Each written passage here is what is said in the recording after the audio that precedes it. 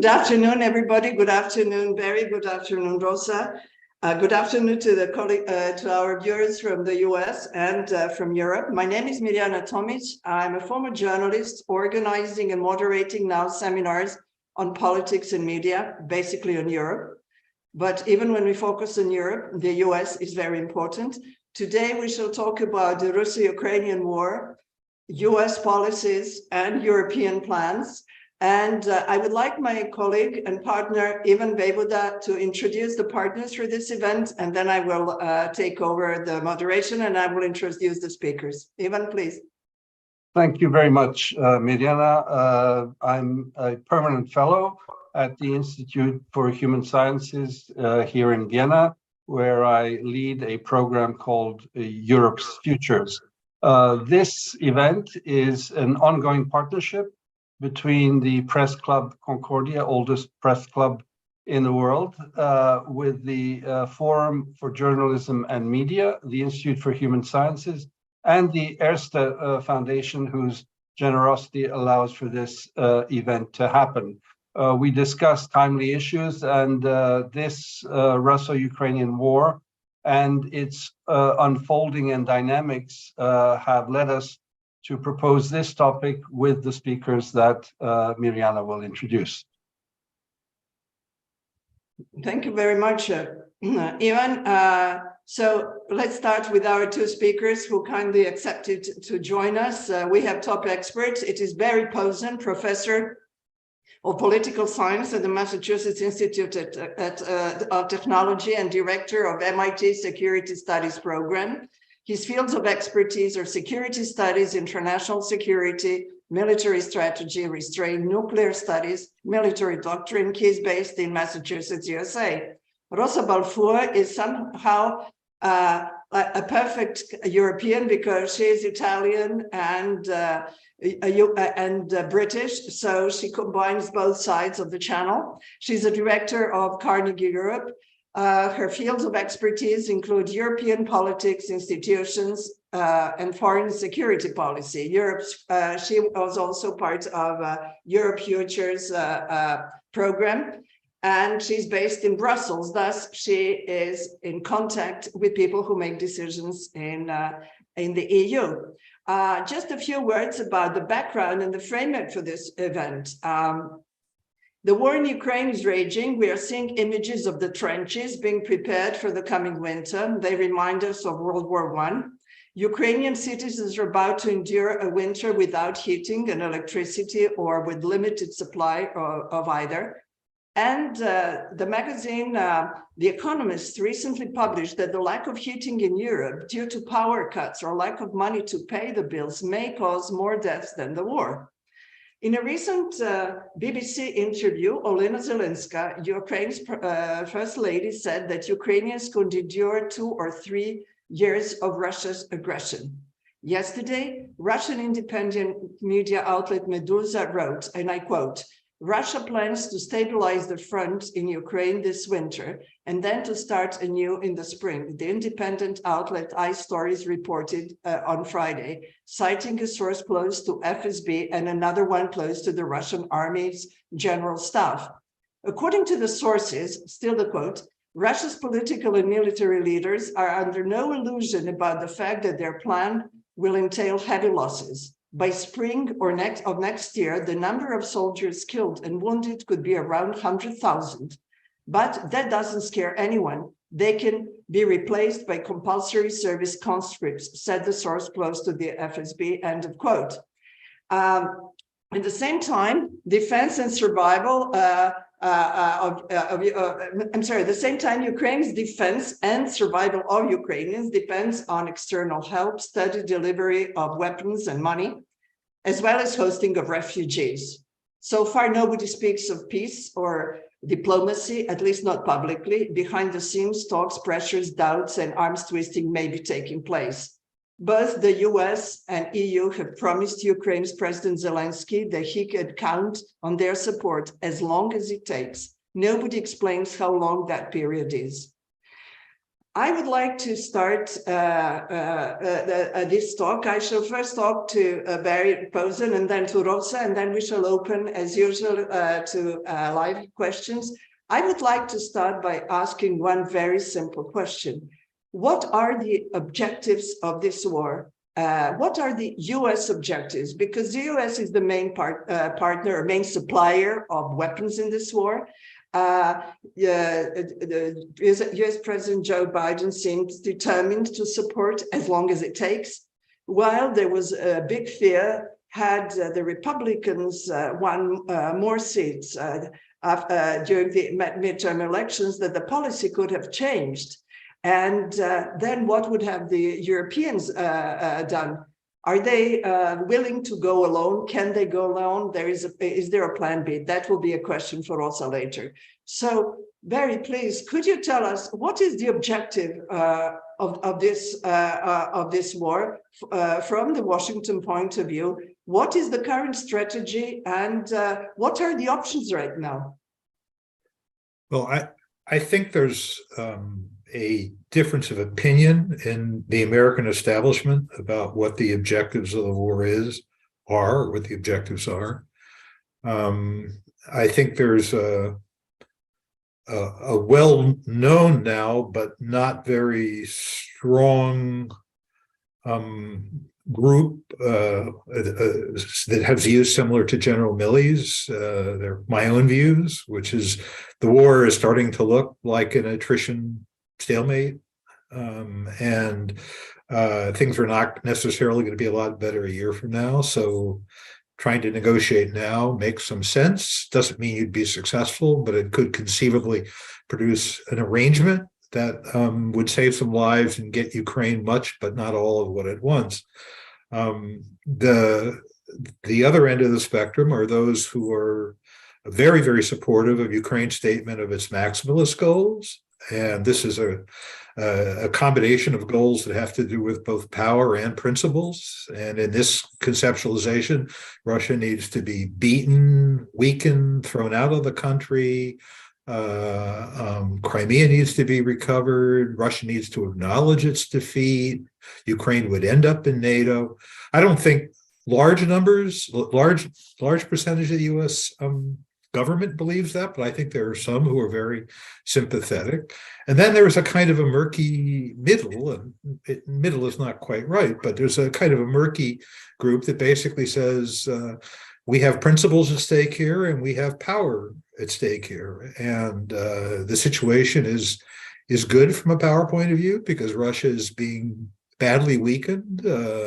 Great powers often like to knock out other great powers if they have a chance to do it cheaply, which I think in some sense is the situation, but also principles here. We'll hear Americans talk about violations of the norms-based liberal order, the most important norm being the norm against, starting wars, against preventive wars.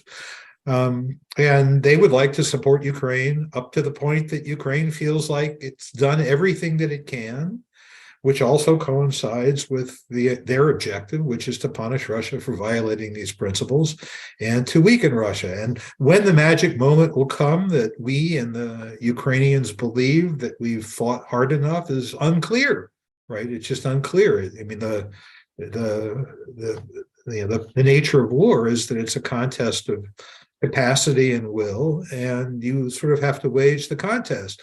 And people who want to keep doing this would say that those of us who perceive the war to be stalemated are basically short-sighted, and that victory is, or at least a much greater level of success is still possible. And when the negotiation happens, we want the Ukrainians to have the upper hand and the Russians to be back-footed and willing to pay a lot of cost and take a lot of risks to see if we can get to that point. How long is Washington willing to sustain it? Will political forces or political balance of power change? How long is it? When you and I were preparing this talk, you mentioned several times that this war is cheap for the US. Could you explain that as well? Well, you have to, everyone has a short memory. During the the global war on terror, the wars in Iraq and Afghanistan, the United States easily found $100 billion a year to fight those wars, and we went on forever. This is over and above our regular defense budget, right? It's just not hard. I mean, it seems crazy, but it's not hard for the United States to find $100 billion a year to wage war. And in this particular case, it's someone else is doing the fighting and the dying. America is ponying up money and sending weapons. The American defense budget, the Biden administration's request for this year is $775 billion.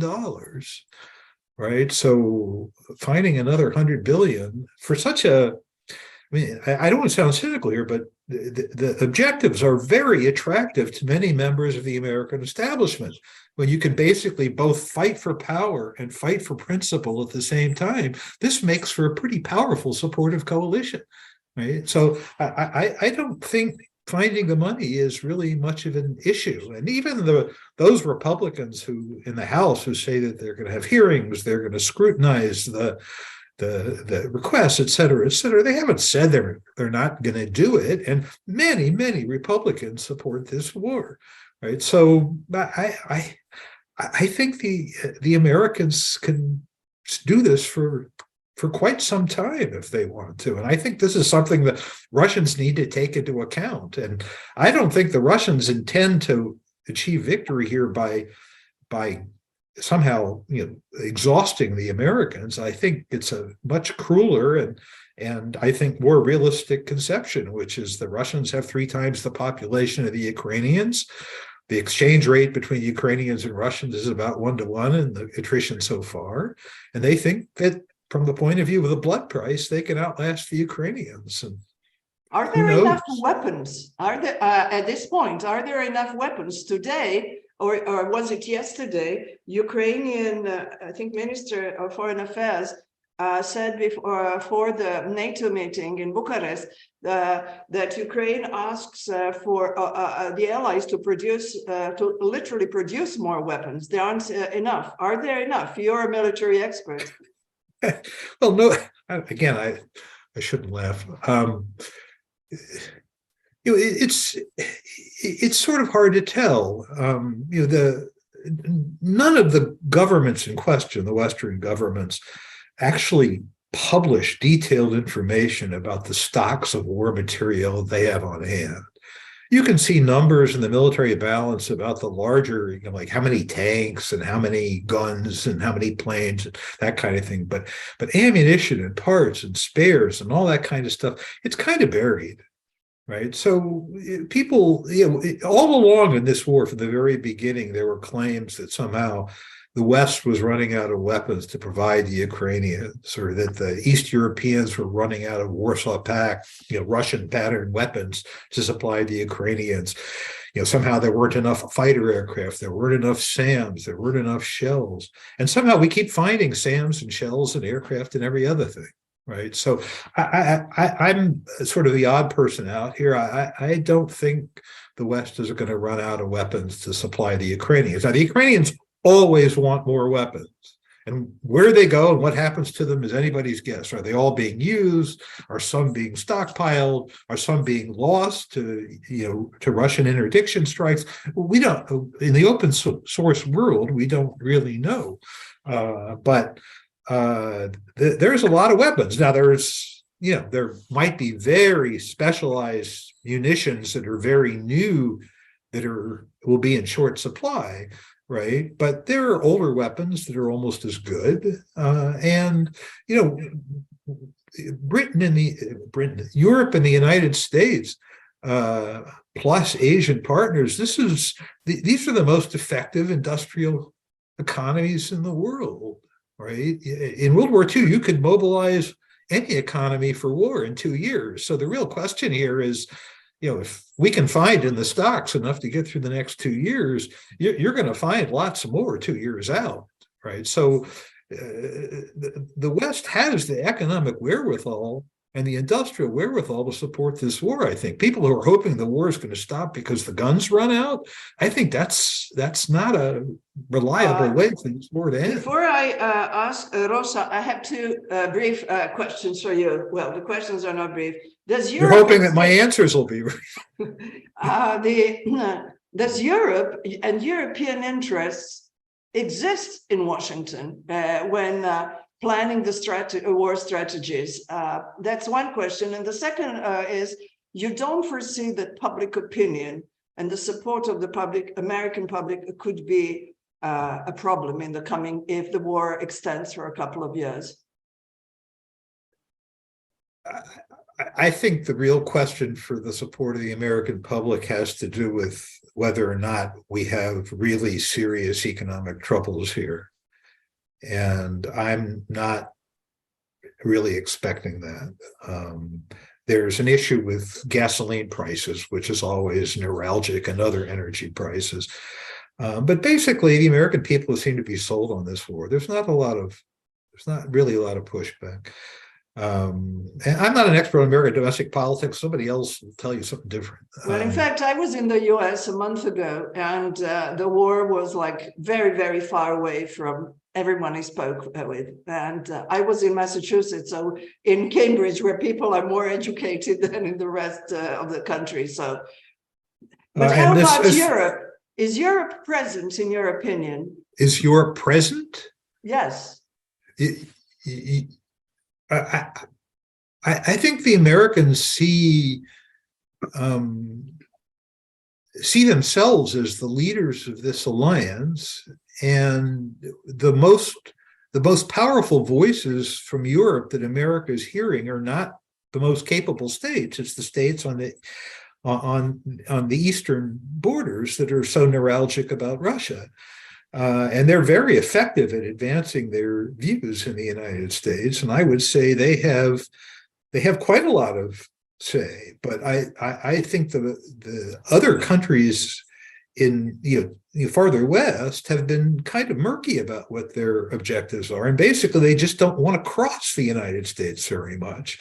So the Germans are basically quiet, trying to not look like bad guys. And the French are kind of being a bit aloof about the thing. So I don't think the Americans feel like they have that much of a problem with Europe about running the war that they they seem to want to run. And the Europeans are stuck. I mean, they don't want to be on their own against the Russians. They could handle it if they wanted to, they just don't want to. So the Americans have a tremendous amount of leverage over the Europeans. And that's well, at that point, I will ask Rosa her opinion, because she is in Brussels. She's an expert on the European Union. And Rosa, let's start with the same question, and then you are more than welcome to react to everything that Barry said, because I think it was sort of an easy guideline. Are the objectives of this war clear to you as an analyst? No, I think they are, actually. I mean, Russia's objectives are clear, right? Annihilate Ukraine. And European objectives are to prevent that from happening. Why? Not because of any particular affection towards Ukraine. This is not the first time that Russia invades Ukraine, and the European response was quite ambiguous. But really because of the implications, the security implications for the whole of the region. Russian destabilization in Ukraine risks reaching out to Moldova, which then has consequences on Romania. Russian presence, interference in other countries is quite strong. I'm thinking of the Balkans, Bulgaria, for instance. Hungary, obviously, Hungary has increasingly been playing quite openly the pro-Putin cards within the European decision-making processes, so is regularly blocking or delaying decisions. And then, of course, the Baltic states and Poland feel that they are very much on the front line. So, there is a risk that if Russia is not cordoned off, shall we say, the security implications will unravel in Central Europe within NATO and within the European Union. let's not forget, I mean, Russia has broken the Budapest Memorandum, but around the same time of the agreement around the Budapest Memorandum, lots of other agreements also took place in Central Europe between Ukraine and Romania, between Hungary and Romania, for, good neighborly relations, for the protection of minorities. The whole architecture of the Organization for Security and Cooperation in Europe, which is the successor to the Helsinki process, was established in the 1990s. So Russian revisionism is not just confined to Ukraine, it can have ripple effects across Central and Eastern Europe. So I think that's the first point. There is a direct security interest of Europeans in supporting Ukraine in this war. I mean, the other is to avoid an escalation and to avoid involving NATO. And that has been, and we saw the missile, the Ukrainian, in the end, it was a Ukrainian missile that landed on Polish territory with 2 civilian casualties. We saw that even the Polish government, which is perhaps the most belligerent of the European governments, showed enormous restraint in making sure that this conflict was not, that this episode did not become a reason for escalation. So that's another objective, to keep NATO out. And finally, I would say it's less of an objective, but it's more of a guiding principle, which the Biden administration put out at the beginning of the war, but I think Europeans have actually embraced it, is that this will continue so long as Ukrainians want to continue, and that whatever the outcome of this, it has to be something that is satisfactory for Ukrainians, and I mean for Ukraine. And here I'm thinking, in particular, what the implication is with respect to the border. So far we're not really talking about what would be the end goal. I mean, Zelensky has started to say we should go for Crimea. He doesn't, this rhetoric is, seen as morale boosting, but is not repeated in European capitals, certainly. And I think the understanding is that, we'll talk about that when the military situation on the ground will enable that type of approach. Where can we seal off the Ukrainian border, and where is Ukraine's sovereignty after the war? But we're not there yet. And I mean, and thinking of, Barry was talking about victory and defeat. Seen from Brussels, this is going to take a long time. So we're not seeing either picture, number one. Number two, again, seen from Brussels, Eastern Europe has had 5 frozen conflicts, not really frozen, 5 conflicts that we call frozen, since the end of since the 1990s.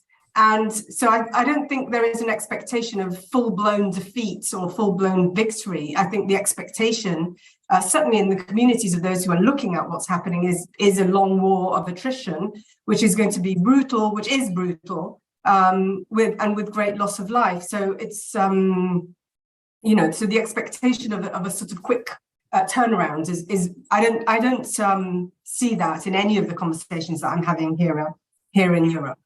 But I wanted to say, if I may, because I think it's really quite interesting about the different positions within the foreign policy communities in Washington and in Europe over the war. And it's interesting because there's some parallels.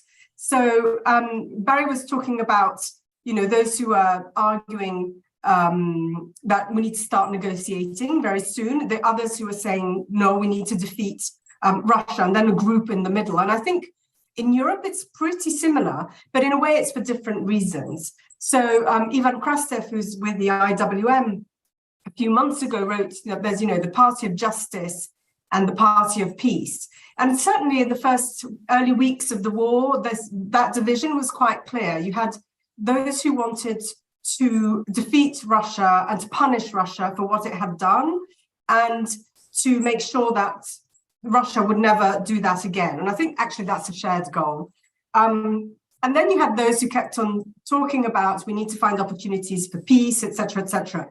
And to be honest with you, these opportunities were sought because in spring there were some negotiations.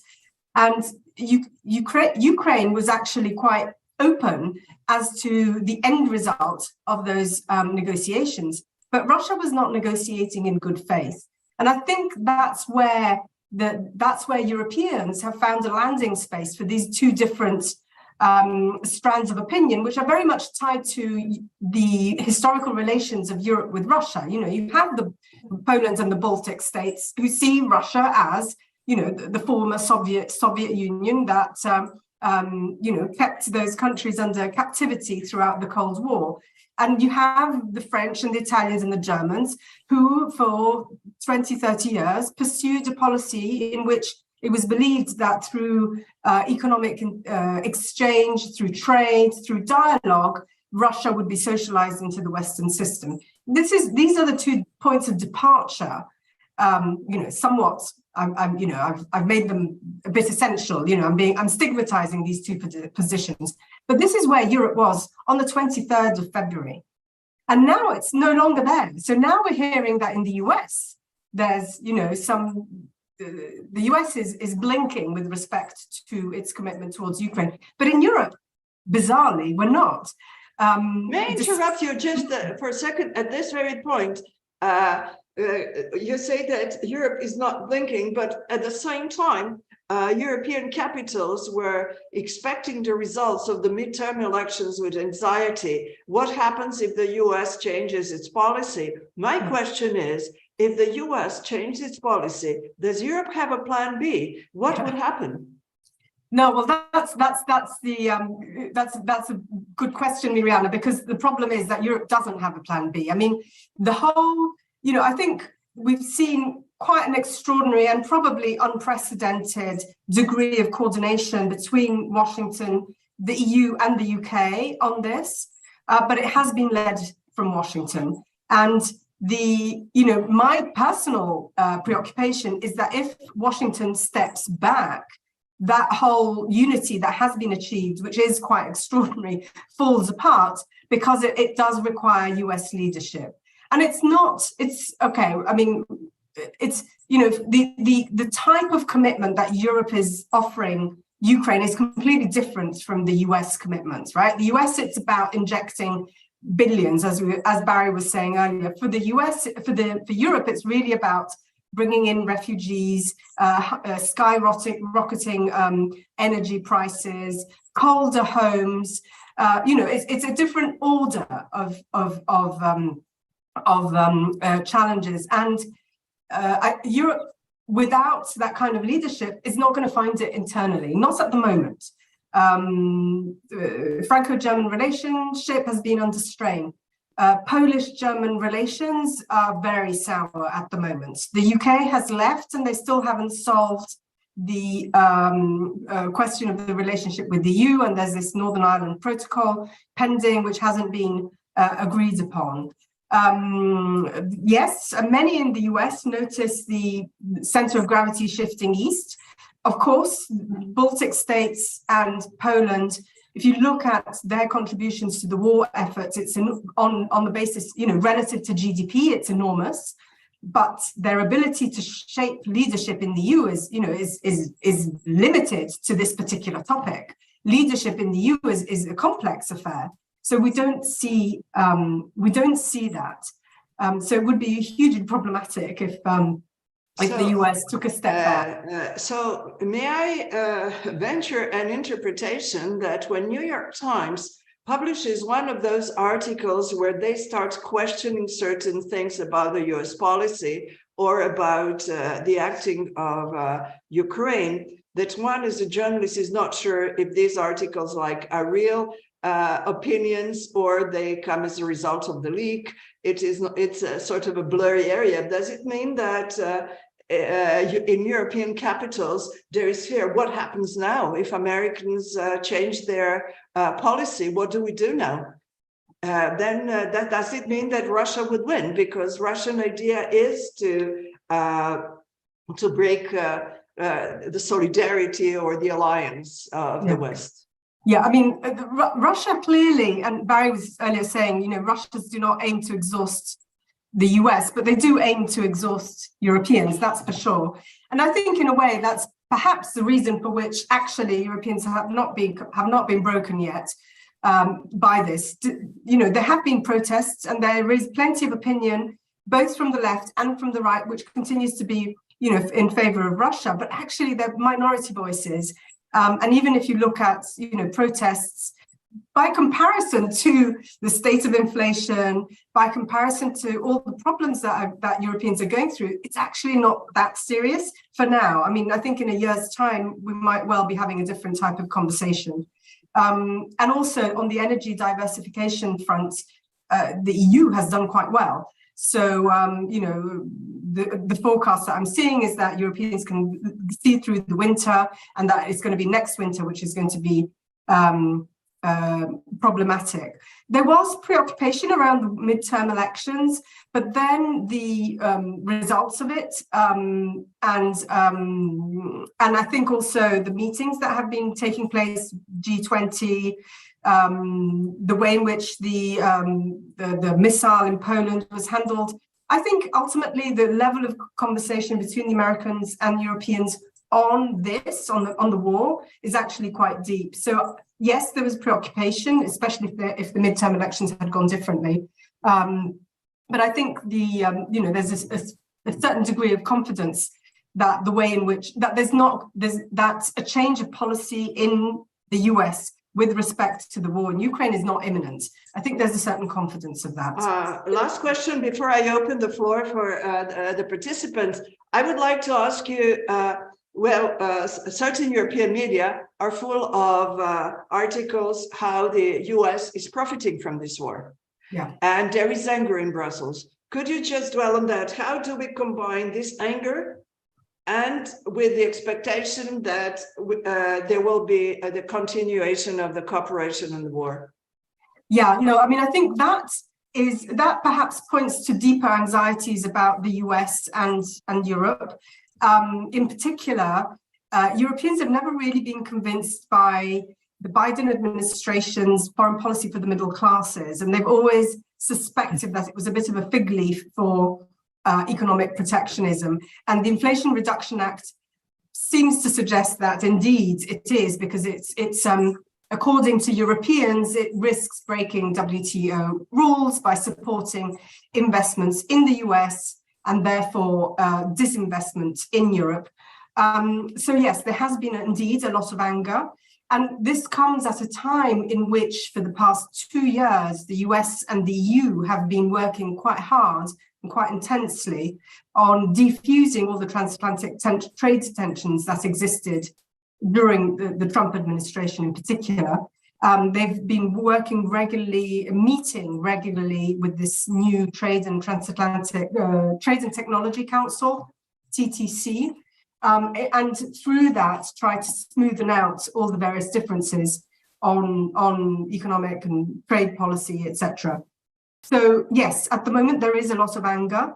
There will be a meeting of the TTC next week, and Macron is currently in Washington. So my hunch is that they will try to find solutions, but ultimately there is a bit of a mismatch between how Europeans and Americans handle the economy, and with the Biden administration is kind of decoupling trade from foreign policy, whereas I think the EU is perhaps moving in the other direction. So there is a mismatch when it comes to the transatlantic relationship. And of course, just to add on to this, you know, all this rebuilding of the transatlantic relationship is not just about security. It's about China, it's about trade, et cetera, but the US doesn't want to talk about trade.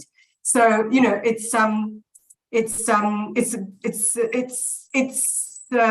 does run deep, this division, and I think it reflects different types of logics. But if the US wants Europe to cooperate on China, then maybe it should be a little bit more open to, you know, being a bit more forthcoming, shall we say, towards Europeans and what their trade demands are.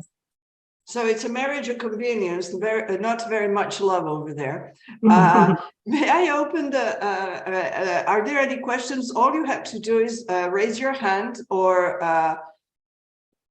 in the meantime, I'm sure Ivan has a question while I wait for somebody. Let me see, gallery, who's Ivan? Yeah, sure. Thank you very much, Rosa. Thank you, Barry. That really got us deep into the relations. My own take is there's too much at stake for this relationship to break, and as in any marriage, it goes through ups and downs, and anxieties and fears and anger. My question is a very simple one, actually. It's what is the cost of the big NATO member state and EU candidate Turkey blocking Finland and Sweden becoming members of NATO? And obviously, Hungary is hiding in the shadows. I think, Rosa, you mentioned Hungary, and we saw that apparently they were making problems about Kuleba, Minister of Foreign Affairs of Ukraine, participating in the plenary session today. Who's that question for? Both, to both. Well, I guess, I'm not sure I understand what entirely what Turkey's game is here. They claim it's about the Scandinavians and the Kurds, and of course that Turkey is embarked on a major offensive against Kurdish units across the border in Iraq and in Syria. So they're very, very neuralgic about all things Kurdish, and it could be as simple as that. But the Turks are also thinking about diplomacy in their own way, and there is a little problem here with Finnish and Swedish membership in NATO, and that is it sort of takes armed neutrality off the table as a long-term solution for Ukraine. And if Finland and Sweden were models in the past, possible models of a future relationship, but if Finland and Sweden are unhappy and are in NATO, it gets harder and harder politically to say that Ukraine should not be in NATO. So maybe Turkey is thinking ahead a little bit, and maybe they're throwing a bone to the Russians. I can't read their minds, but I can think of at least these two reasons why they're behaving the way they're behaving. When Turkey was a big problem in terms of NATO-EU security relations, and was for years, and everyone just waited. No one forced Turkey to give up the so-called blockade, as it was called years ago when I worked on this. They just ultimately kind of stopped working the problem so hard. So I don't think there's much that anyone can do to force the pace here. Yeah, Rosa? Thank you. Rosa? I'll maybe take it from a slightly different angle, and less of a NATO angle and more an angle, I think, sort of political angle. Erdogan, I think, has actually been playing his cards quite well in trying to hedge between different players. I think the grain deal was actually quite a success, and he showed, when Russia left the grain deal and then came back in, Erdogan showed that he actually has influence over Putin. And I think he's playing a similar game with respect to NATO, and he's probably wanting something from the United States. Relations with the US have been between Turkey and the US have been very difficult. So it's probably putting pressure there to try and extract something from the United States. Probably Hungary, also on the Kurds. Yeah. Armed sanctions, for example, exporting. Yeah. Hungary is playing Putin, is being Putin's stooge, I think. And trying to create that's become a consistent policy of Orban, to seize every opportunity to block things until he gets blocked in some other way. And at the moment, the rule of law issue in the EU is actually being discussed, and the Commission is withdrawing recovery fund money, is not being forthcoming with recovery funds money towards Hungary. Sorry, it's a bit of a tug of war and I think actually the Commission at long last is being a bit more forceful than in the past.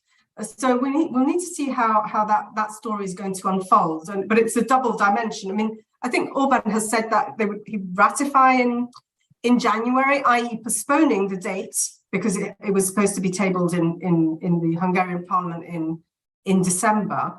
But he hasn't said that he won't. So he's just going to use that bait for as long as he can. Of course. Thank you. David Rigleder, could you please go ahead and please introduce yourself? Hi, good evening, everyone. My name is David Kriegleder. I'm a reporter for Austrian Public Radio, or F, and I have a question for Barry and perhaps also for Rosa concerning the attitude of the US electorate towards the war. I mean, you mentioned, Barry, that you think that the voters, the US voters, have pretty much been sold on this aid for Ukraine at the moment. I was recently in the US for around 2 weeks covering the midterms, and I was in Georgia and Texas and in Tennessee. And I was actually talking to Republican and Democratic voters alike. I was quite astonished how big of a topic Ukraine actually was. That surprised me. And what I found interesting was that this it seemed to be like an issue where there's like dividing lines, both among the Republican voters, but also the Democratic voters. So you had the MAGA faction of the Republicans who I talked to, who were very much critical of this engagement and said, America first, we need the funds here. But then you also had like the traditional Republicans who would be like kind of like the Cold War style. Of course, we support against Russia. But even amongst Democratic voters, I heard like a lot of replies saying, I feel more like a progressive. We should aid Ukraine, but at what cost? I mean, this unconditional aid, we need these billions to build up our infrastructure and so on. So I'm wondering, I mean, even if you say that the DC elites agree on the war because, it's cheap and it can be sold both as a power play and for ideological reasons, do you really think that a actual like serious economic downturn and a recession will be necessary to change the attitude of the general, like average voter towards the war, or if it could be possible there's a bit of a mismatch between the elites in DC and the actual voters? Thank you. Thank you.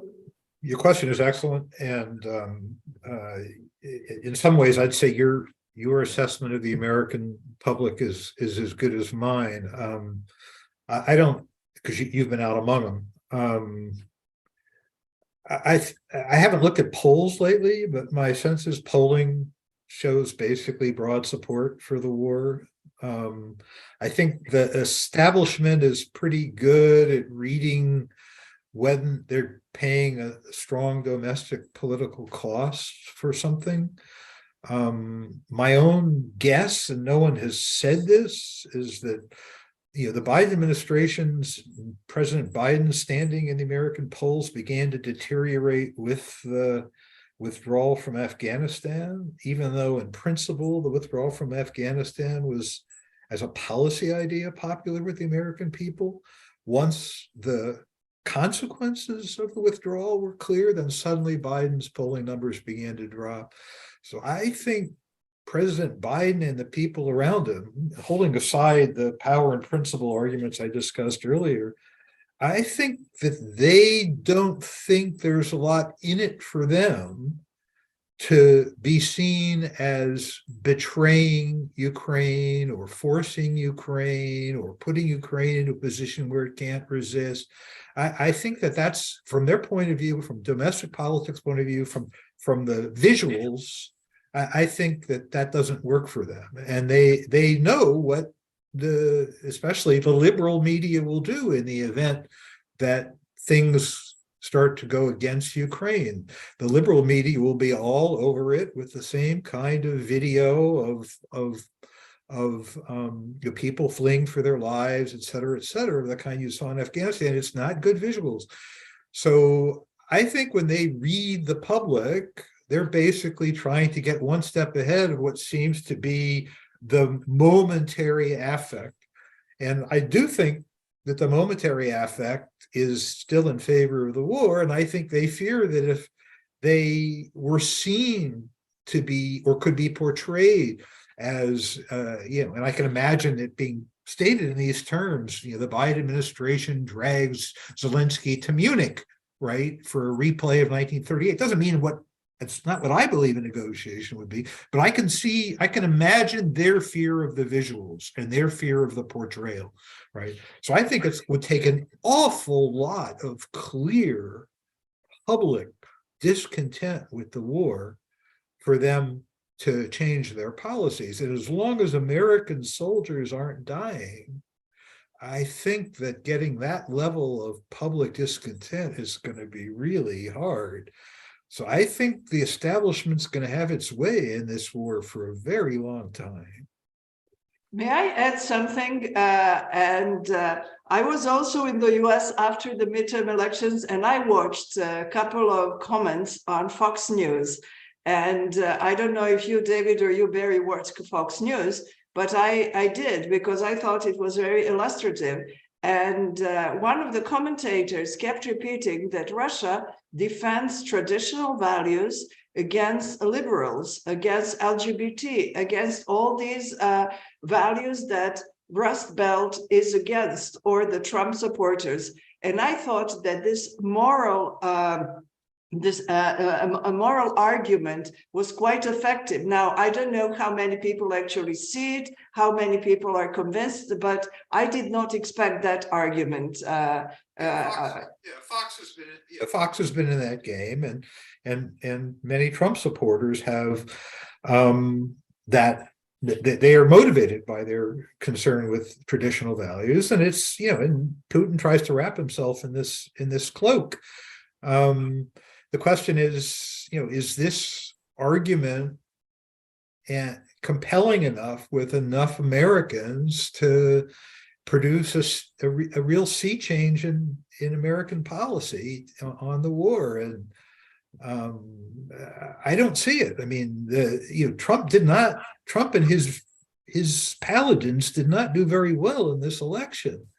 So I think his supporters hold their views very strongly. They're passionate about their views, but it's a pretty long trip from being passionate about traditional values in the United States to being, passionate about, stopping support for Ukraine and leaving Ukraine to the tender mercies of the Russians, and persuading the other 50 or 60% of Americans that that's a good idea. A constituency to end a war is not easy to build in this country. I know, because I've tried. I mean, it's just not easy to build, especially when, once you got into these wars, the way you got in is by a pretty strong statement about either an interest or a value that you thought had some real traction in the population and in the political establishment. And I think that's where they are. And I don't, the Fox message is interesting. It is very interesting. I mean, it's an important bit of political evidence, but from the point of view of American support for the war, I think it's essentially more of a straw in the wind than anything else.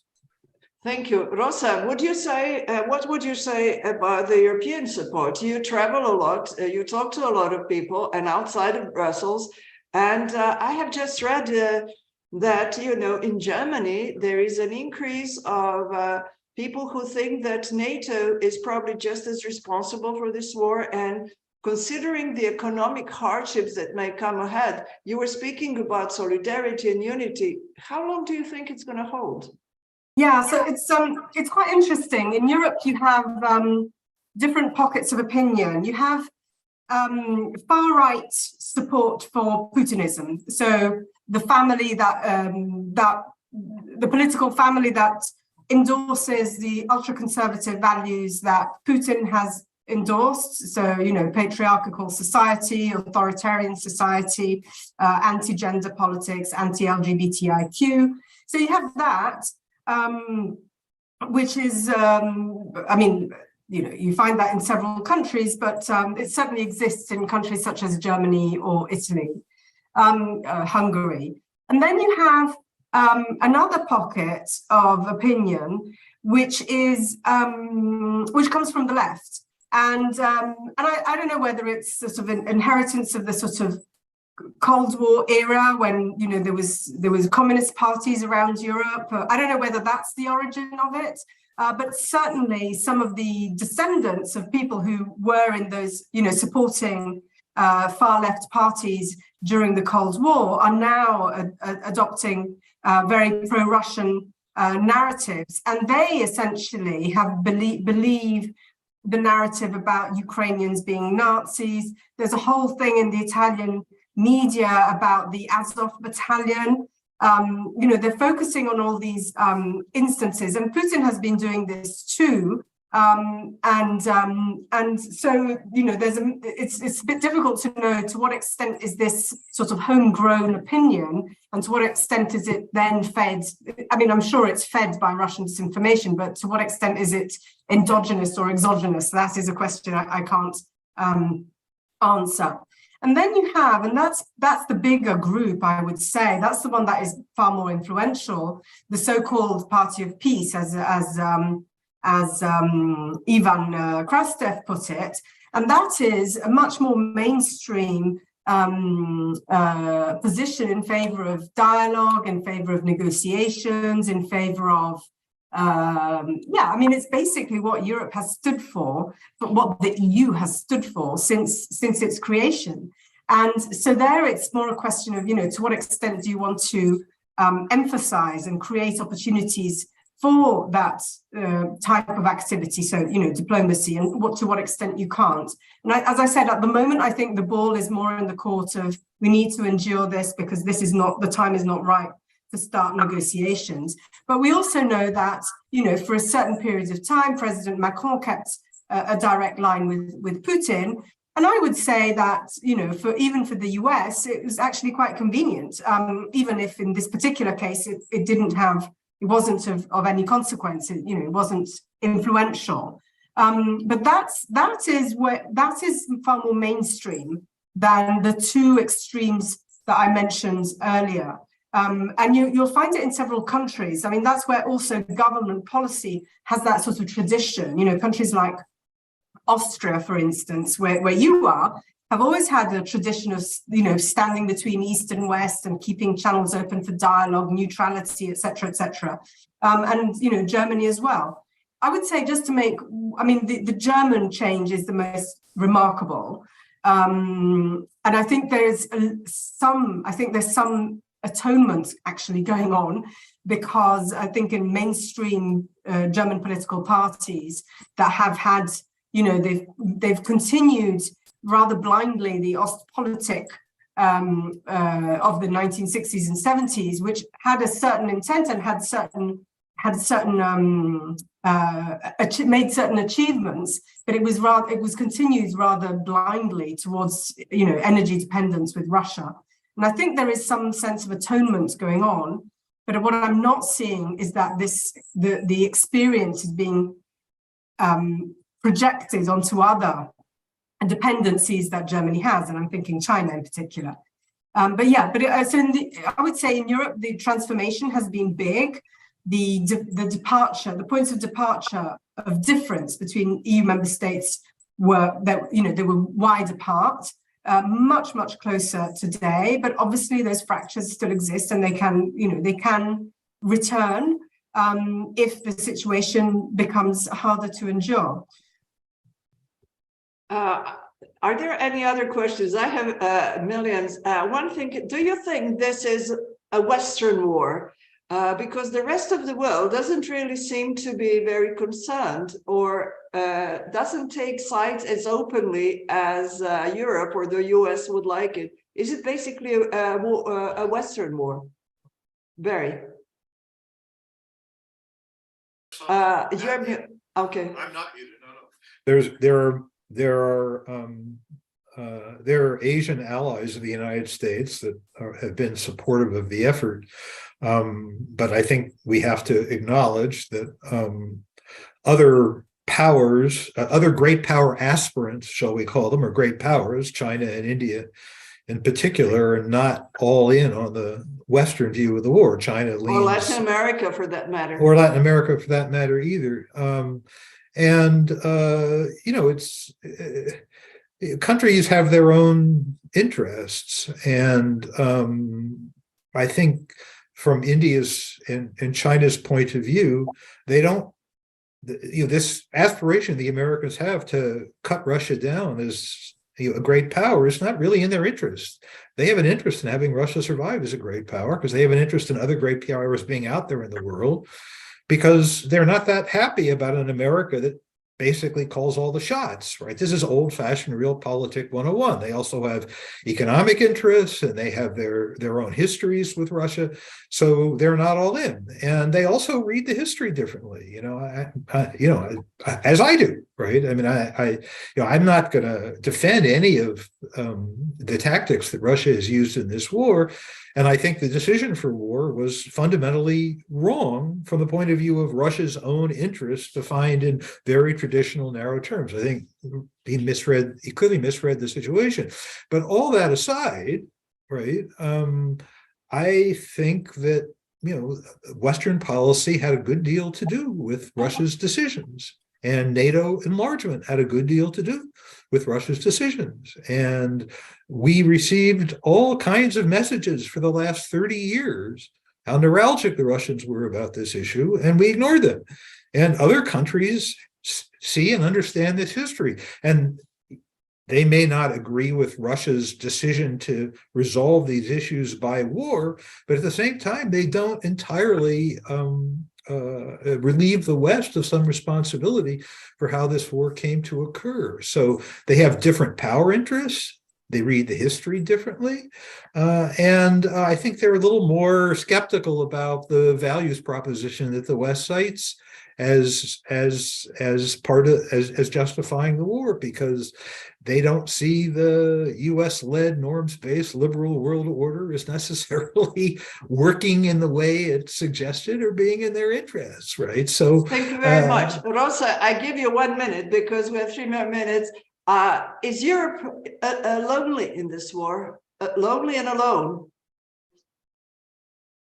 Well, so far as the US is still committed, I think Europe isn't alone. But you're right about this being very much a Western war, and I think it's actually a missed opportunity that Europe hasn't been able to use this to deepen its relations with the rest of the world.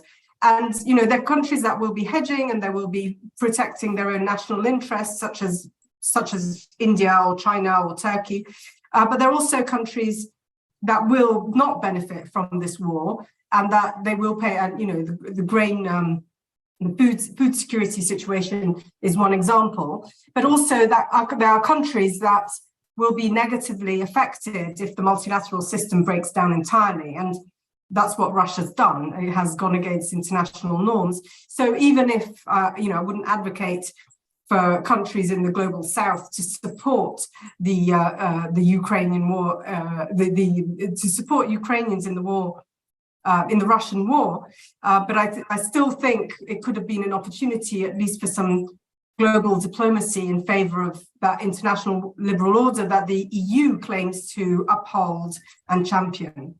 It's not, and it's not always credible in that claim. Thank you, David. Very fast, please. Yes, thank you. Just a quick follow-up for Rosa, because you mentioned the European frustration about the U.S. Inflation Reduction Act, no? And we talked about also the Europeans complaining about the U.S. profiteering from the situation. But there's also like these complaints about the LNG prices, right? That the Europeans say we're paying 4 times now the price that the U.S. is paying for the U.S. LNG. I'm just wondering, this general sense of annoyance in the EU. Rosa, do you see like this potential that this could kind of be a threat for transatlantic unity, like this could, at least in the midterm, divide the West and play into Putin's hands? Well, I think it's serious and it needs to be taken seriously. And in addition to that, it plays into the anti-American public opinion, which solidified when Trump was elected. And this has always been a difficult spot for Americans. I'm not entirely sure the extent to which American elite understands that in some parts of Europe, really, Americans, they don't like them because of Latin America, because of the CIA, because of, rendition policies, et cetera, where European governments have been, complicit.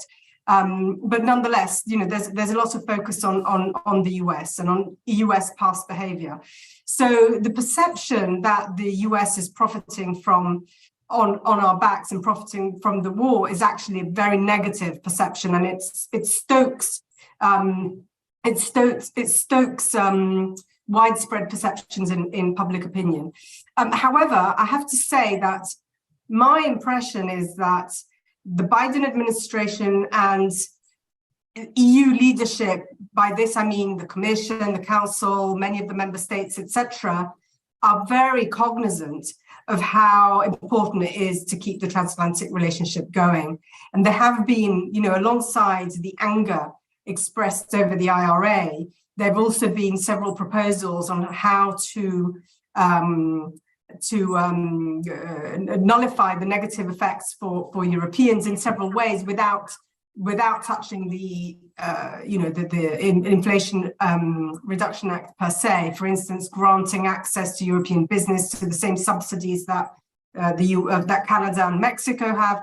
There's several technical ways, and these ideas have been circulating. And I wouldn't be surprised if on Thursday or Friday something came out of this meeting between Biden and Macron, so that next week the discussions on the TTC will not be too derailed.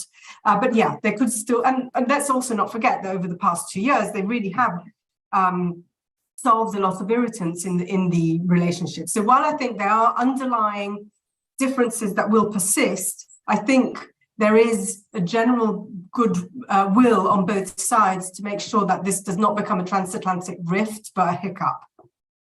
Thank you, Rosa, for that. Your last sentence is a bit throws a little bit of optimism, because we haven't really talked about many optimistic topics. I want to thank Barry. I want to thank Rosa, Ivan, and David. Thank you, and all the participants.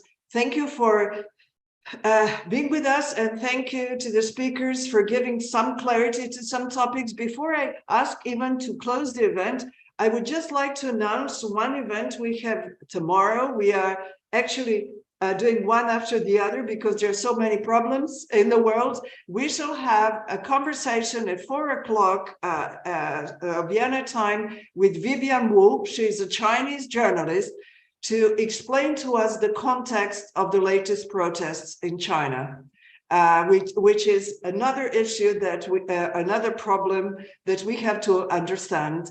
And thank you so much, Rosa. Thank you so much, Barry. And we shall continue talking and understanding and hoping that this war will end and soon.